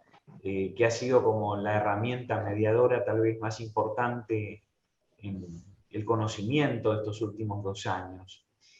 La realidad es que la educación a distancia plantea una articulación de diferentes actores, no solo institucionales, sino también docentes, y fundamentalmente en la creación de materiales didácticos que sirvan como mediadores entre una plataforma, el docente, su formación, por supuesto el espíritu, el ideario institucional y las necesidades de los estudiantes. Estos materiales didácticos, bueno, en sus inicios fueron más bien escritos, ¿no? Siguiendo un poco la idea de la narrativa textual, y por supuesto que en los últimos años, con el boom de las imágenes, ha comenzado a integrarse, ¿no? a otros videos pequeños o más breves, que de alguna manera pudiesen articular el conocimiento escrito, pero también con la pantalla y un docente más presente. Sin embargo, más allá de la metodología o las herramientas, que pueden ser muy variadas en todos los casos, a nosotros nos ha sido muy interesante hacer evaluaciones institucionales periódicas con los estudiantes, donde ellos nos reportan de alguna manera formas o maneras en las que podemos mejorar nuestro acompañamiento, ¿no?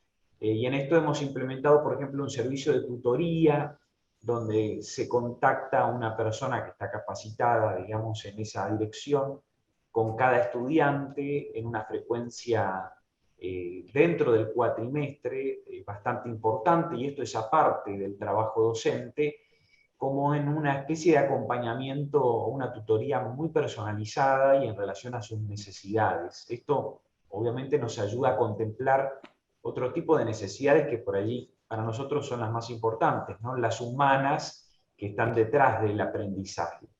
Porque quedarnos con una evaluación o con una nota o con un desempeño en educación a distancia puede resultar algo muy vacío. Y bueno, esto hace que también como institución podamos conocer un poquito quién está detrás de escena, ¿no? De cualquiera sea la expresión en este diálogo a distancia. Bien, muchas gracias. La verdad que enriquece conocer, bueno, de experiencias de larga data como la de ustedes comparados a la nuestra. que es mucho más reciente. Tenemos una mano levantada de Cristina, ¿sí, por favor?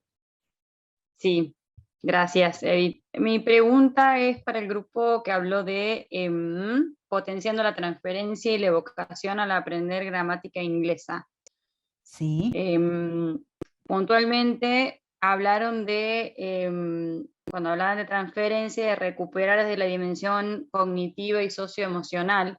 Yo me quedaba pensando si nos podrían dar algún ejemplo de cómo tienen en cuenta esas dimensiones o cómo las recuperan en el aula, con algún ejemplo así puntual, como para uno poder hacerse la idea de cómo recuperar esa parte socioemocional. Bien, bueno, la experiencia que relatábamos tenía que ver con esta, digamos, novedad para Walter y para Celeste en lo que era enseñanza respecto de lo que había sido su formación en sí. Porque, bueno, los que estamos en las lenguas sabemos que cuando se trata de la gramática inglesa, estamos tan acostumbrados a que sea algo como, no digo que lo es, como de las ciencias exactas, que más allá de que uno fomenta la comunicación, que todo el tiempo está, digamos, prestando atención a esa exactitud gramatical. Pero las circunstancias en las que ellos iniciaron sus prácticas llevaban a tomar una posición, diría, diametralmente opuesta, en la cual se fomente esta verbalización de los recuerdos, de los errores, de esas asociaciones que uno sabe, esas transferencias que uno sabe que mentalmente y automáticamente se producen. No sé, Wally, para agregar algo más. A mí como experiencia también me tocó alumnos, la mayoría adultos o jóvenes, dicto inglés técnico de gastronomía. El hecho de que cuando trabajamos constantemente la transferencia y, bueno, y la comparación de los idiomas, es que de a poco con ellos al final me decían, o sea, se acordaban de todas las cuestiones de lengua, de la materia de lengua de la secundaria, y decían, bueno, ahora estoy terminando de entender algo que no entendía en la secundaria, por ejemplo, ¿sí? El uso de los adverbios, el uso de, más que todo porque trabajamos mucho en las recetas, entonces ellos tienen que saber escribir primero en español, ¿sí? Una buena receta y después, bueno, hacer la transferencia al inglés, y eso les sirvió muchísimo, partir de la base de sus recuerdos, de lo que ya tenían ese conocimiento previo, que capaz que no lo terminaron de decir para qué me sirvió aprender adverbios, para qué me sirvió, bueno, ahora saben que les está sirviendo a la hora de escribir una receta, por ejemplo.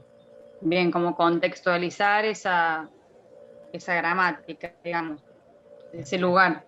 Exactamente, y mayor, ¿cómo decir?, mayor tiempo en la clase misma, en la clase presencial. Nosotros hemos dividido en lo que tiene que ver el nivel, la gramática inglesa 2 en el nivel superior y universitario, las actividades entre sincrónicas y asincrónicas. Y propiciábamos que el encuentro sincrónico, para que sea también más relajado, más contenedor, y apelar a este factor emotivo, propiciábamos más tiempos, más espacios para este tipo de evocaciones. Es decir, que hemos girado el foco de atención, hemos quitado la presión sobre la exactitud, esto de accuracy, sobre la exactitud gramatical, más allá de que la gramática inglesa 2, como está planteada en nuestro contexto, apunta al análisis sintáctico, primero, y luego a la producción a partir de ese análisis, pero porque las circunstancias mismas sentíamos que llevaban a este tipo de retroalimentación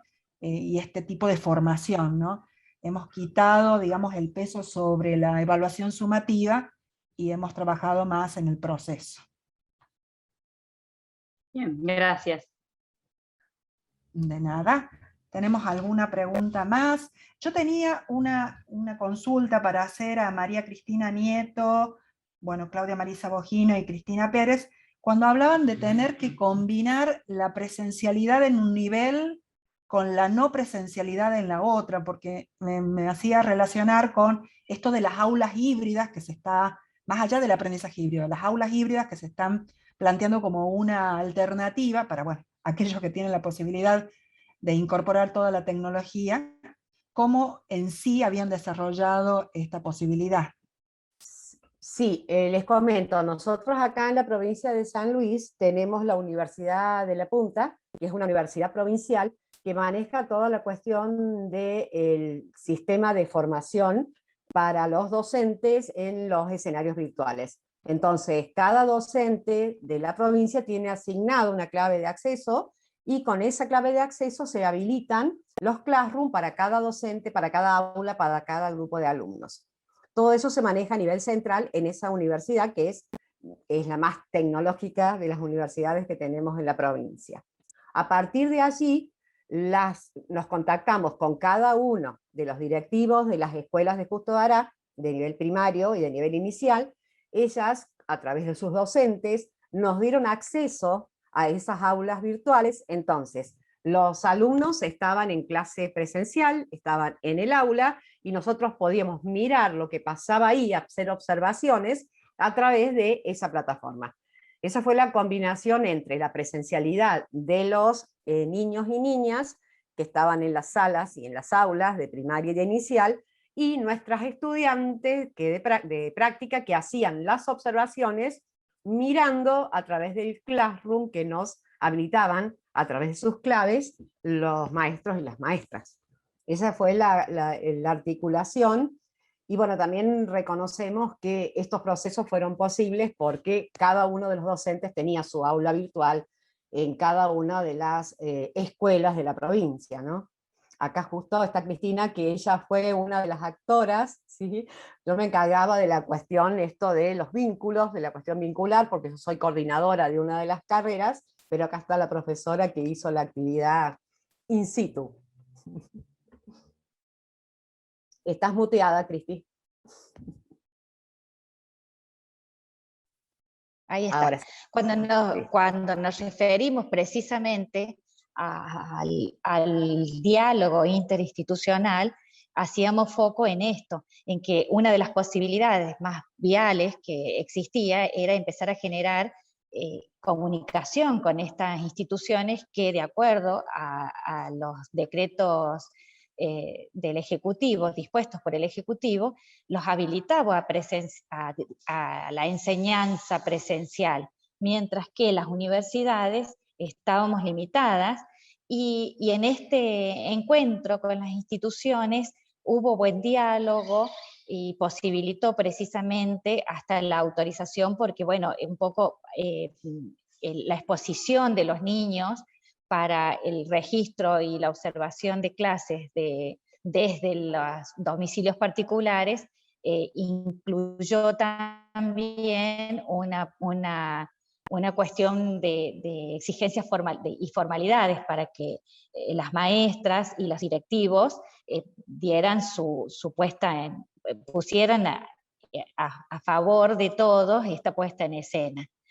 Y por suerte los practicantes pudieron registrar, observar y precisar lo que significa el aula y la dinámica del aula in situ, favorecidos también por esta cuestión guiada por algunos formularios de Rebeca Nijovic, que fue quien un poco como la que nos tomamos de eje para poder ir como guiando a los alumnos para saber en dónde hacer foco y qué tipo de actividades precisamente observar y describir en estos registros de observación. Buenísimo, muchas gracias. No sé si tenemos alguna pregunta. Yo tenía, un comentario para hacer respecto... Sí, perdón. No, quería simplemente decirle a María Alejandra y a Claudia, que estaban hablando hace un rato y hablaban justamente de una niña con abuso, y estas son las cuestiones que provocan seguramente conductas disruptivas en las aulas. Y yo pasé así muy por arriba, y por ahí, escuchándola, se me ocurrió que podía este aporte, que más o menos el 15% de un estudio que se hizo en el 2002 sobre cuáles eran las cuestiones que llevaban a estas disrupciones en los niños o en los adolescentes, se hizo en niños y en adolescentes, tenía que ver con la falta o la falta de ubicuidad de las instituciones, de las administraciones institucionales, y por ahí la falta de comprensión del docente que estaba frente al grupo. Pero después había un 32% que tenía que ver con todo lo que estaba pasando hacia adentro de la familia, ¿no? Entonces, quería anexarlo o sumar a lo que ustedes estaban diciendo, y solamente un 40% tenía que ver con una cuestión personal, o sea que hay más de un 50% que es exterior al individuo y que lo condena desde alguna forma a tener estas disrupciones, que después no les es tan sencillo salir si no es con la ayuda de un gabinete psicológico, docentes que colaboren, inclusive con apoyo psicológico y en algunos casos farmacológico. Nada, simplemente quería sumar esto. Sí, vos sabés que lo que vos decís es muy real. O sea, un niño que está abusado no generalmente habla. El niño se manifiesta a través de toda la cuestión corpórea, el lenguaje gestual, el dibujo. El dibujo gestual que, claro, y corporal. Y corporal, el lenguaje del cuerpo, lo que no habla, lo no dicho.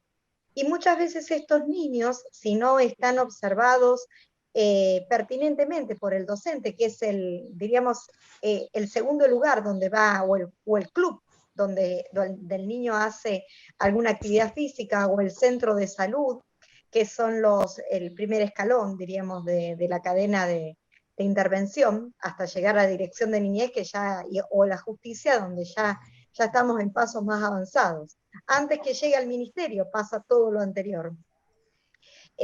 Son niños que parecerían que tuvieran algún retraso cognitivo, que parecen ausentes, que son chicos que tienen problemas en la comprensión lectora, en la comprensión de...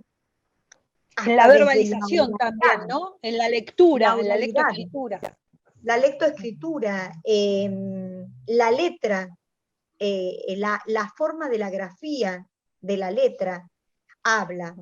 El tamaño a la hora de dibujar, sobre qué cosas está dibujando, las manos, los pies, los ojos, la ausencia de ojos, la ausencia de manos, la ausencia de pies o de pies muy grandes. Son todos indicadores para tener en cuenta. Los colores que utiliza, y sobre todo en los más pequeños a nivel inicial, donde hay situaciones del ámbito de la familia, generalmente los abusos sexuales con acceso o sin acceso carnal se dan en el ámbito de la familia, y un porcentaje muy bajo por fuera de la familia. Y generalmente son cuidadores o abuelos o parejas de la madre o primos que quedan al cuidado de los pequeños, ¿no? No solamente se da en niñas, porque a uno dice, bueno, pero esto le pasa a las nenas. No.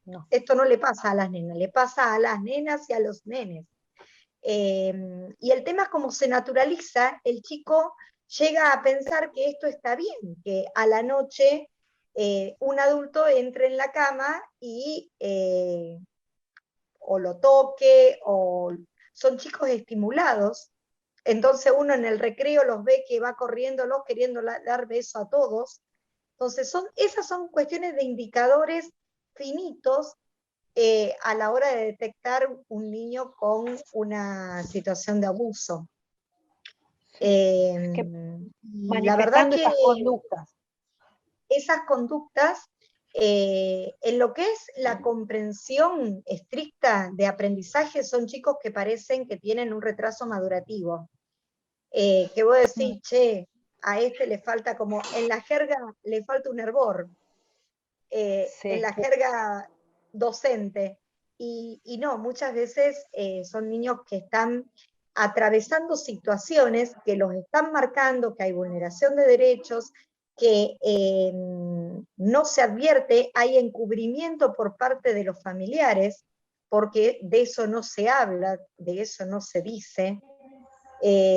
Con respecto a lo que vos decías, perdón que te interrumpa, con respecto a lo que decías, que es lo mismo una nena que uno piensa que solamente es con nenas este abuso y que no aparece el varón en el medio. Sin embargo, estudios realizados por Calvo dicen que las mayores disrupciones, ¿no? Porque esto lleva a comportamientos disruptivos, a comportamientos no deseados durante el aula, es de parte de varones más que de niñas, ¿no?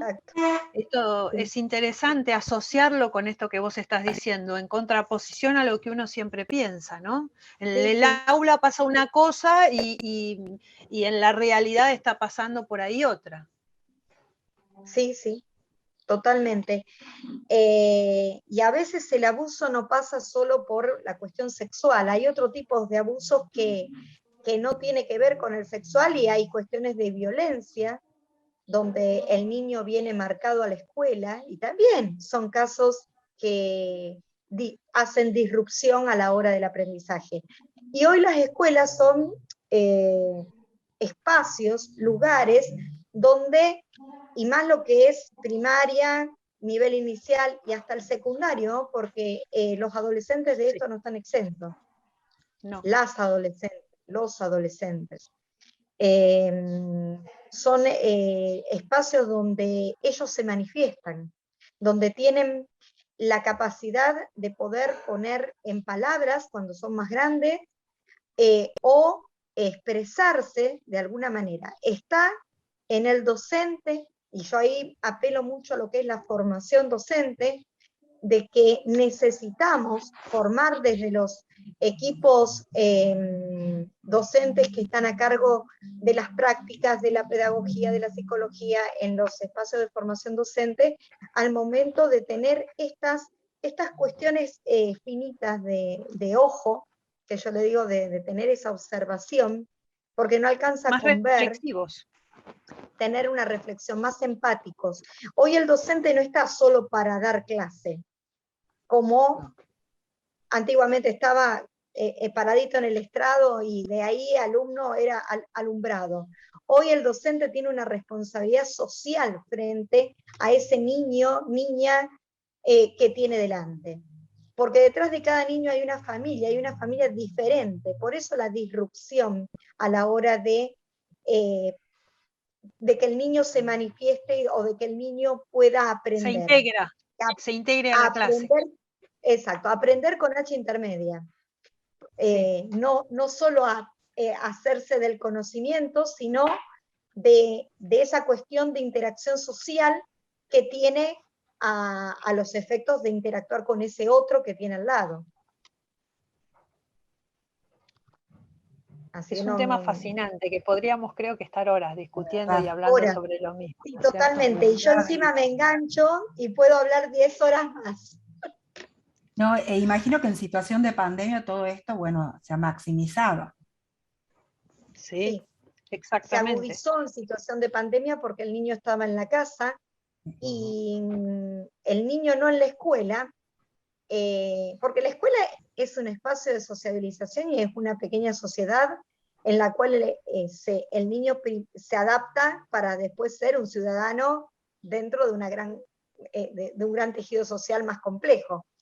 Pero verdaderamente, al no estar dentro de los espacios sistemáticos como son las escuelas, muchos chicos sufrieron situaciones de abusos y violencia extrema al estar dentro de los marcos familiares, porque los padres hicieron un esfuerzo sobrehumano por sostener la educación de sus hijos, pero no son docentes. El docente sí puede tener 35, 40 alumnos frente al aula y llegar a todos. Pero a veces ocurre Un padre que no los puede papás, tener a 3. no pueden. Y es complejo y es entendible. ¿Por qué? Porque no fueron preparados los padres para ser docentes. Esta pandemia vino a traer muchas cuestiones, visibilizar muchas situaciones que a veces estaban solapadas dentro de los marcos familiares. Y verdaderamente al visibilizarse todo esto, hay trabajos de investigación que dan cuenta de cuál es el porcentaje en niños que han sido vulnerados en derechos desde la primera institución, que es la familia. Porque no nos olvidemos que nosotros estamos dentro del plano educativo, pero la primera, el núcleo primario, el núcleo de vida, es la familia. La escuela viene después, el club viene después. Los clubes, yo siempre digo, y los grupos de asociacionismo, por ejemplo, los grupos juveniles o los que están en las parroquias, la catequesis, los scouts, sean o no religiosos, pero son lugares de contención social del niño, son espacios donde el niño deja de estar en la calle, donde está en salvaguardo de lo que le puede pasar en la calle: droga, trata, búnker. Rosario, bueno, está muy complicado, como habrán escuchado en las noticias. Acá en Rosario tenemos de todo, no nos falta nada. Pero realmente, bueno, nosotros decimos que un niño en una institución por fuera de la familia es un niño que está protegido si tiene profesionales que realmente acusan cierta experticia al momento de ver qué es lo que pasa con ese niño y saber leer en lo no verbal qué ocurre. Muchas gracias a ambas, a Alejandras, porque la verdad que es un tema que merece tenerlo siempre sobre el tapete. Tengo, bueno, 2 comentarios. Me gustó esto de sentirme acompañada por quienes refirieron a la oralidad en la evaluación de la matemática, más allá de que yo no enseño matemática, enseño la lengua extranjera e inglés, porque nosotros también en la cátedra hemos decidido tomar una modalidad similar que les anticipa el examen escrito, que es análisis textual y referencia a la teoría, 2 días antes al alumno, y cuando nos encontramos en el día del examen, lo que trabajan es como una defensa o una oralidad de lo que ellos hicieron en forma escrita y mayores referencias teóricas. No sé si querían comentar. Bueno, en nuestro caso particular, esto tenía que ver con, bueno, la modalidad de la pandemia, pero es muy probable que lo sigamos llevando a cabo en virtud de la cantidad de alumnos que se presentan a los exámenes y que están esperando los exámenes presenciales que, bueno, ya se acercan en octubre en Catamarca. Sí, nosotros, digamos, en el contexto que trabajamos, y que lastimosamente no lo aclaré en la diapositiva, fue que trabajamos con matrículas muy numerosas de alumnos. Cohortes de por ejemplo, hoy en día tenemos 278 alumnos de cohorte. Entonces, cuando uno habla de la oralidad, y como explicó Flor en su diapositiva, que hacemos los coloquios, que los llamamos COSI, la sigla responde a coloquio oral sincrónico, y la I debería ir con negrita, individual. Entonces, si vos te pones a pensar una cohorte tan numerosa, con coloquios individuales, es un trabajo docente a destajo. Pero además, partimos de la base que las asignaturas de matemática en general, y las asignaturas de matemática en carreras de ingeniería en particular, también la evaluación remota fue algo disruptivo. Porque vino a romper porque hubo que poner a imaginarse herramientas de evaluación que se salieran del ortodoxo: defina tal cosa, demuestre tal teorema. ¿Por qué? Porque el pibe con eso vos no sabés si lo que te contesta es su producción genuina o no. Entonces, por eso pusimos redacción de consignas no convencionales, porque le tenés que empezar a preguntar qué tiene que ver agosto con la autopista que va a La Plata, o sea, para ver si el chico internalizó bien lo que aprendió. Y como decía hace un ratito la compañera que estaba hablando, si los aprendió a los conocimientos con H en el medio, si los logró internalizar. Entonces, fue para nosotros un desafío y un aprendizaje. Bueno, y después otra cosita que contó Flor, que nos hacemos carne, es la primera vez que nos pasa a un chico que no le va bien, supera el umbral del cuestionario sincrónico, va al coloquio oral, decirle que le fue mal y que se quiebre delante tuyo, para nosotros fue, qué sé yo, se te afloja cuanta víscera tenés sensible, porque te quebrás en ese momento. Y más para nosotros que somos, lo digo cariñosamente, la Flor me va a entender, que somos cuadrados, todo técnico, todo matemática en ingeniería, imagínense. Ver ese tipo de emocionalidades es como que nos duele. Pero bueno, también es cierto que si uno se retrotrae a marzo del 2020, algo había que hacer para no perder el año. En marzo del 2020 pensábamos así, ¿qué hacemos para no perder el año? Entonces, ¿por qué no pusimos el foco en cómo se arregló la materia para el cursado? Porque todos, más allá de todo, siempre teníamos a mano un espacio virtual de aprendizaje en alguna plataforma, que lo usábamos como repositorio, que esto, que lo otro. Siempre había mal que mal alguna incursión de la tecnología. Lo que pasa es que desde marzo del 2020 lo que fueron las plataformas audiovisuales entraron de cabeza, se zambulleron para no salir nunca más. Fue así. Así que bueno, qué sé yo. Fue toda una experiencia muy enriquecedora. Hoy todavía lo es. Ya queremos salir de todos modos también, ¿no? Queremos volver a la presencialidad en los exámenes, pero nos dejó muchísimas enseñanzas. Te sumo una cortita y al pie. Sí. Mi cátedra es de actividades acuáticas y de natación 2. ¿Vos sabés lo que fue dar? ¿Sabés lo que fue dar en forma virtual la práctica de la natación? La metodología vaya y pase, pero la práctica de la natación, además que nos hemos divertido muchísimo, pero bueno, recién ahora tuvimos 4 clases presenciales con burbujas, ¿no? Pero recién ahora tuvimos 4 clases, así que imagínate que fue muy complicado. Y para los profesores de educación física, ustedes son duros, y nosotros no estamos por ahí acostumbrados a utilizar todo esto que tiene que ver con la tecnología. Yo ya lo he demostrado acá al inicio de la charla. Pero fíjate que hemos tenido que aprender a los tumbos, pero bueno, acá estamos. Pero se capean las tormentas, es así.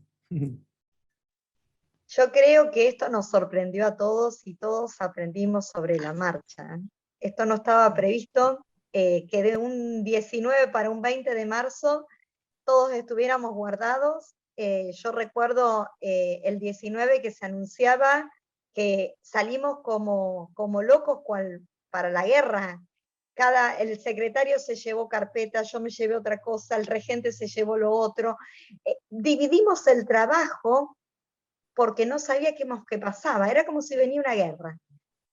Creo que ninguno estábamos preparados, pero yo digo, lo que no mata fortalece, entonces creo que más allá de las desventajas y las pérdidas humanas que hemos tenido a nivel nacional y a nivel mundial, de tantas vidas que se fueron, hay cosas que esta situación nos ha dejado y que se va a quedar. Todo el uso de la tecnología nos ha enseñado que podemos llegar de otra manera al alumno, que la presencialidad es importante por todo lo que conlleva la subjetividad del contacto con ese otro. Pero aprendimos a los ponchazos, como decís vos, a manejar estas redes, estas nuevas tecnologías, y yo creo que es positivo. Yo hago un balance positivo. Sí. Es así, creo que fue un llamado a la resignificación de nuestro rol, ¿no? De nuestras prácticas, de todo aquello a lo que estábamos acostumbrados, en todo sentido, en todo sentido. ¿Y no les pasó esto de la conexión con el otro? Porque a nosotros, o a mí me ha pasado al principio de cada una de las clases virtuales, nos tomábamos 10 minutos fáciles, 10 minutos, para que cada uno cuente sus experiencias, sus problemas, si le llovió, si el marido estuvo con pandemia, perdón, con esta problemática del COVID, si tuvo algún fallecido cercano. O sea, habilitamos un espacio, digamos, vincular con el otro, ¿no? Más allá de lo que teníamos que dar, que era actividades acuáticas y hablar sobre la natación y los bebés, o la tercera edad, o una técnica específica, o la discapacidad, por ejemplo. Y eso hoy, en la presencialidad, en estas 4 clases, los chicos es como que, no sé, por ahí me pasó a mí en lo personal, llegamos a otro tipo de relación. No somos amigos, por supuesto, pero hay otro vínculo, hay otro tono de charla, otro compartir. Me parece que el haberlos escuchado y haber compartido sus cuestiones familiares, ¿no? Esto de estar mirando lo que pasaba por detrás, pasaban los chicos por detrás. Mientras dábamos la clase teníamos a una mamá amamantando. Estas cosas de la humanidad, ¿no? Que en realidad han pasado ahora. Yo no tengo conciencia de que una mamá va a amamantar y en el medio está recibiendo una clase. Por ahí sí existe, pero lo he vivido ahora bajo estas circunstancias y muy movilizantes, ¿no? Difícil. Es así, es así. La verdad, bueno, se ha puesto muy interesante esta charla. Nos quedan muy pocos minutitos. Damos cierre a esta comisión y los invitamos a continuar acompañando en las siguientes comisiones, como la comisión 5H, sobre pedagogía e investigación interdisciplinar, también a partir de las 12:30. Muchísimas gracias, muy, muy interesante, la verdad. Todos temas, la verdad, que nos han llevado y nos llevan a seguir pensándonos. Hasta luego, y agradecido nuevamente por la participación. Gracias. Sí, muchas gracias. Muchas gracias. Muchas gracias. Un placer haber compartido con todos ustedes.